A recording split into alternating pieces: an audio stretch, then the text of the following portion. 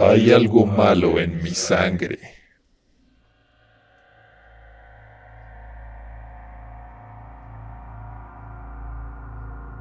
Crecí en una pequeña comunidad en el sur de Minnesota llamada Saint Gall. Éramos 8 familias, todas vagamente relacionadas. Tíos y tías de ambos lados de mi familia, junto con abuelos y 2 familias ajenas no relacionadas directamente por sangre. Era un remanente de la era hippie, y mi madre creció ahí.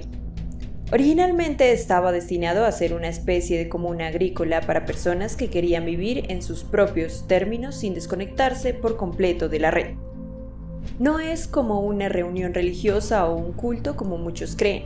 Se trata de una forma de vida diferente y de vivir más cerca de la tierra. Mi madre se fue de Saint Gall por unos años para estudiar sociología, y ahí fue donde conoció a papá. Fue un embarazo accidental. Mi papá no quería quedarse. Mi madre se mudó de nuevo a Saint Gall y me tuvo a principios de los 90. La vida en Saint Gall no era tan extraña como podría pensarse. Iba a la escuela normalmente, solo tenía que tomar un bus más temprano. Seguimos yendo a la ciudad al menos una vez a la semana, y tenía muchos amigos con los que me volví muy cercana a lo largo de los años. Aún así, siempre había ese aire de ser diferente a mi alrededor. Mi mamá me explicó que a muchos de los padres de los niños de la escuela no les agradaba la gente de Saint Gall, porque éramos diferentes. Un poco raro.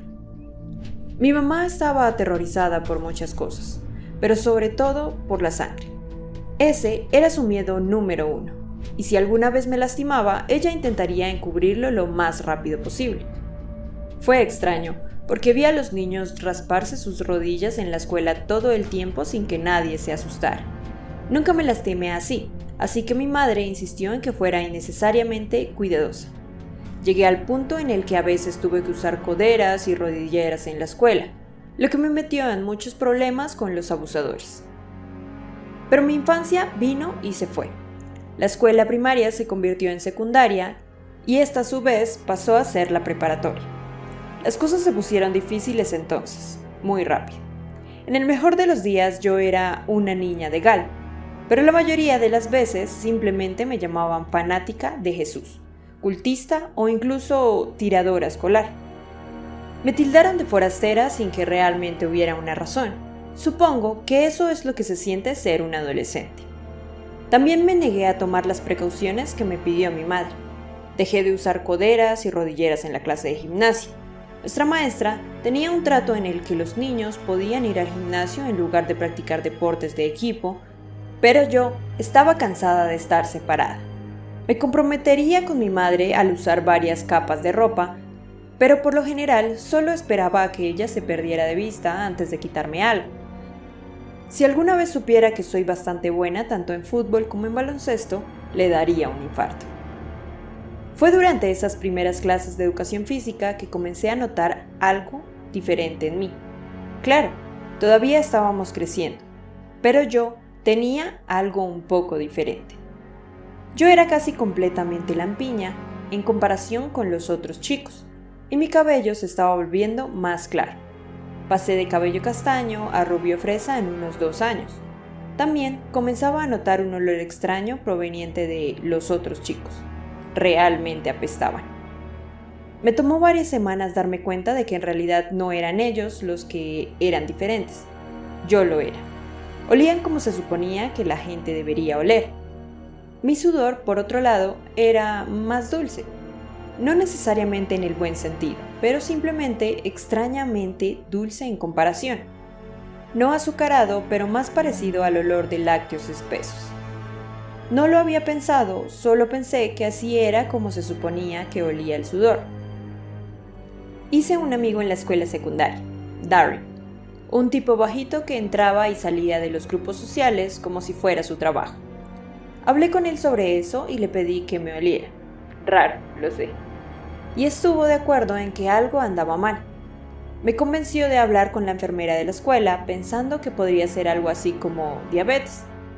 Tenía miedo de que se lo contara a alguien, pero nunca lo hizo. Es un buen chico. Tuve una larga charla con la enfermera de la escuela, Anita, y fue muy tranquilizadora. Aparentemente, la pubertad puede tener todo tipo de efectos extraños en el cuerpo humano.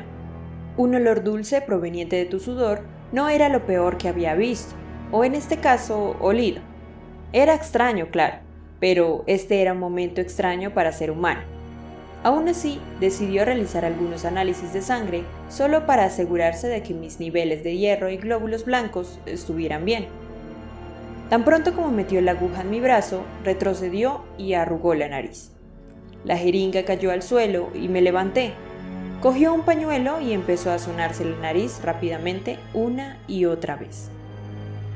¿Qué demonios fue eso?, ella exclamó. No tenía idea de qué estaba hablando. Miré la gota de sangre que salía de mi brazo y no noté nada extraño. Le puse una curita mientras Anita trataba de recuperar la compostura. Vuelve mañana. Tosió. Hablaremos más, ¿de acuerdo? Pero estaba enferma al día siguiente. Me sentí incómoda con todo el asunto y quería hablar con mi mamá al respecto, pero tampoco quería que se preocupara. Cuando tienes a alguien en tu vida que siempre está en el punto de quiebre, se convierte en un hábito caminar con cuidado. La enfermera Anita tardó el resto de la semana escolar antes de regresar a su trabajo. Inmediatamente me llamaron a la oficina de la enfermera. Ella había perdido peso, mucho de hecho. Estaba bebiendo agua de una botella grande cuando llegué allí y tenía marcas oscuras alrededor de los ojos. No parecía estar bien, pero se iluminó cuando me miró. Anita me pidió un nuevo análisis de sangre y acepté. Alineó 4 jeringas. Le temblaban las manos, pero recuperó la concentración una vez que la aguja se acercó a mi brazo. Paso a paso llenó las jeringas, pero parecía emocionarse cada vez más a medida que lo hacía. Puedo jurar que me estaba oliendo el cuello. Todo fue extraño. Me fui tan pronto como ella me dio una curita. Prometió hacer algunas pruebas y avisarme tan pronto como terminara, pero quería que regresara al menos una vez a la semana para un chequeo.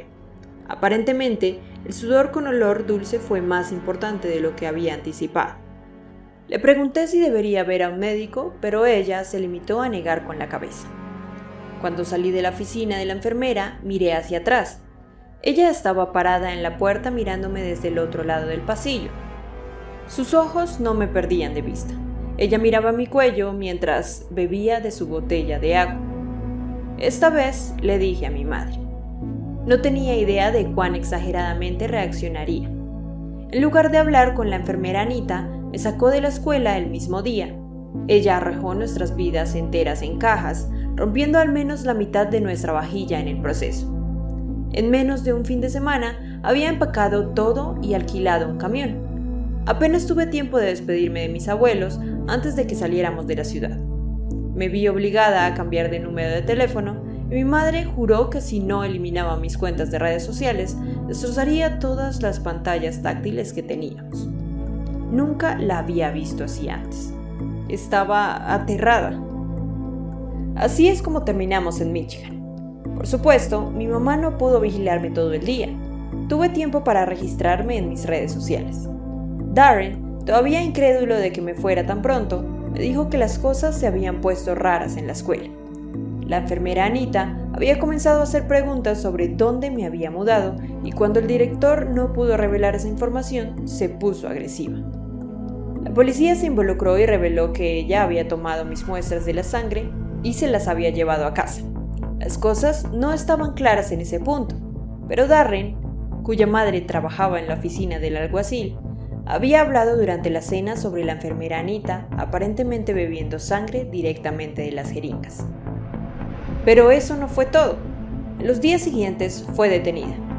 Ella estaba haciendo una especie de huelga de hambre y ni siquiera podía retener el agua. De hecho, murió de deshidratación allí mismo en la cárcel del condado, rodeada de paramédicos que intentaban comprender por qué su cuerpo resistía activamente una vía intravenosa. A estas alturas, mi mamá y yo nos habíamos instalado en un pequeño apartamento de 3 habitaciones. La confronté sobre la enfermera Anita y lo que había sucedido. Mi mamá finalmente se abrió conmigo. ¿Sabes qué es la capsaicina? Ella preguntó. Es lo que hay en la comida picante que hace que te duela la lengua y la garganta. Es una especie de autodefensa que simplemente se supone que debe hacer que nos mantengamos alejados. Había oído hablar de eso y estaba al tanto del concepto. Esta cosa que se supone que debe hacer que nos mantengamos alejados lo hace más tentador, explicó. La gente puede volverse adicta. Para muchos tiene el efecto contrario al deseado. Se convirtió en algo que desear en lugar de algo que protege a la planta y que hay que evitar. ¿Entiendes lo que te estoy diciendo? En cierto modo lo entendía. No quería pensar que lo entendía, pero así era. Nuestra familia es diferente, me dijo. Esperaba que esto no te pasara, pero sucedió y tuvimos que mudarnos. Realmente trató de traerme una vida normal. Ella trató de no preocuparse, pero lo que sea que estaba dentro de mí se estaba volviendo extremadamente potente. Empecé a entender por qué nuestra familia había vivido aislada y por qué quería que tuviera cuidado con los demás. Cuando era niña no era tan peligroso, pero cuando era adolescente era más fuerte que nunca. Es por eso que incluso yo noté mis propios olores, se habían vuelto más fuertes. Pasaron los años y mi mamá consiguió un trabajo en una estación de servicio. Además, yo ayudé como trabajadora y recolectora de cerezas. Las cosas iban bastante bien, considerando todo, hasta el año pasado. Estaba recogiendo a mi mamá en el turno de la noche, temprano en la mañana, cuando un camión en el carril opuesto se pasó un semáforo en rojo. Fuimos golpeadas. No fue un mal golpe, pero fue lo suficientemente malo como para hacernos girar y meternos en una zanja cercana. Mamá había estado mirando a través de su bolso y se golpeó la cabeza contra la ventana del pasajero, y yo golpeé el volante. El lado del pasajero de la mitad trasera del automóvil estaba doblado como origami. Apenas recuerdo lo que pasó después. Recuerdo que el conductor del camión vino a ver cómo estaba mamá, solo para arrastrarla por la acera. Recuerdo a los paramédicos y un coche de policía. Recuerdo unos ojos mirándome, delirantes y oscuros, bocas abiertas y ensangrentadas. Los tendones se rompen. Un olor dulce y floral que ahoga la gasolina que sale del coche. Rojo. Recuerdo haber visto una cara a medio comer que poco a poco se desgarraba. Ojos que solían consolarme habiendo perdido su luz. Una pesadilla con la mandíbula floja, con la ropa y las extremidades desgarradas y esparcidas por el cemento como un sapo aplastado. No recuerdo mucho sobre escaparme. Fui perseguida por un campo de trigo y luego haber vomitado en un balde de agua junto a un pozo. Me escondí en un granero y me cubrí de heno para amortiguar el olor a mi sangre. Recuerdo cuando una linterna pasó sobre mí, cuando 3 personas se marcharon mirando desesperadamente hacia otro lado, bocas ensangrentadas aún masticando, pupilas tan grandes que sus ojos parecían negros. Apenas respiraban. Su respiración era tan corta que no podía ver cómo se movían sus pechos.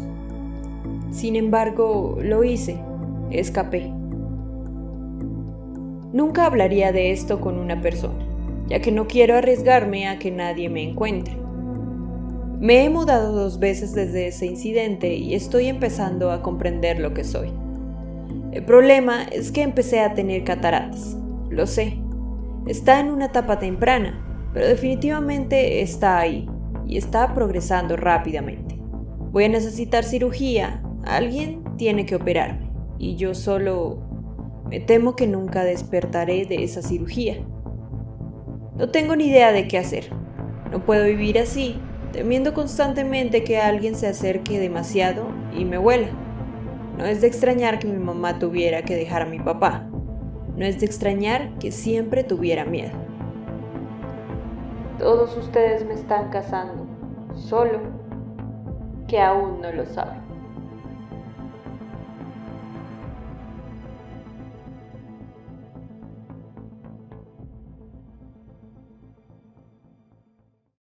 Antes de irte, déjanos saber si te ha gustado el video dándonos un like.